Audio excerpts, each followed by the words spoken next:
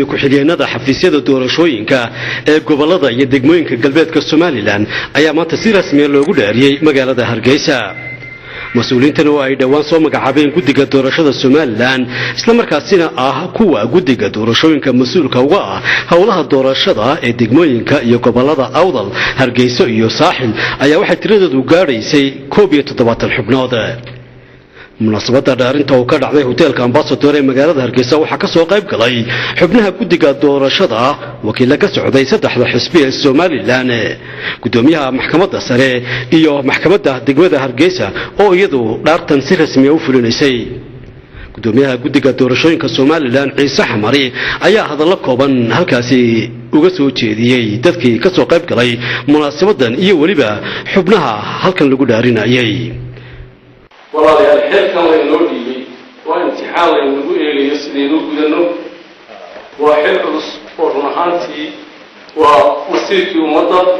waa laydin dhaarinayaa laba arrin midkood uunbay inoo wadayaan inaynu xilkaasi daacadnimo iyo muwaadinnimo ku dheehan tahay u gudano iyo in aynu ku mutaysano magaxumo iyo ciqaab.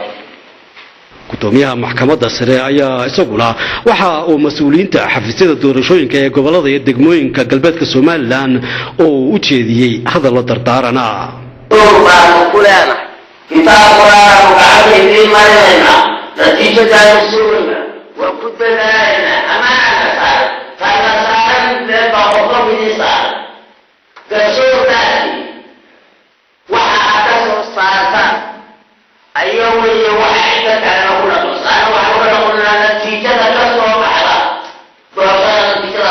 wakiilada ka socday saddexda xisbi ee ku tartamaya doorashada madaxtinimada ee la filayo inay dhawaan ka dhacdo Soomaaliland ayaa iyaguna goobtaasi hadallo kooban ka jeediyay iyaga oo mas'uuliyiinta xafiisyada doorashada ee dhawaan la soo magacaabay halkan maanta lagu dhaariyay kula dardaarmay in ay ku shaqeeyaan cadaalad isla markaasina aanay u kala eexanin saddexda xisbi ee ku hirdamaya doorashada si aan mustaqbalka dalku mugdi u gelin ayay yiraahdeen.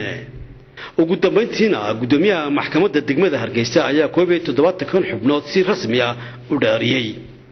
waxa lagu wadaaya oo lagu bilaabaya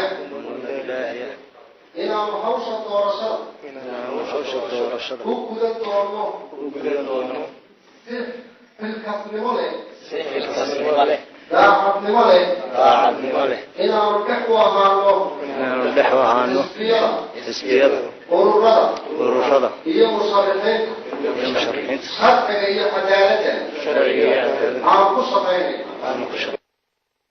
isla maanta ayaa mas'uuliyiinta xafiisyada doorashooyinka ee gobolada saddexda ee galbeedka Soomaaliland loo furay tababar la xiriira qaababka doorashada loogu shaqeynayo.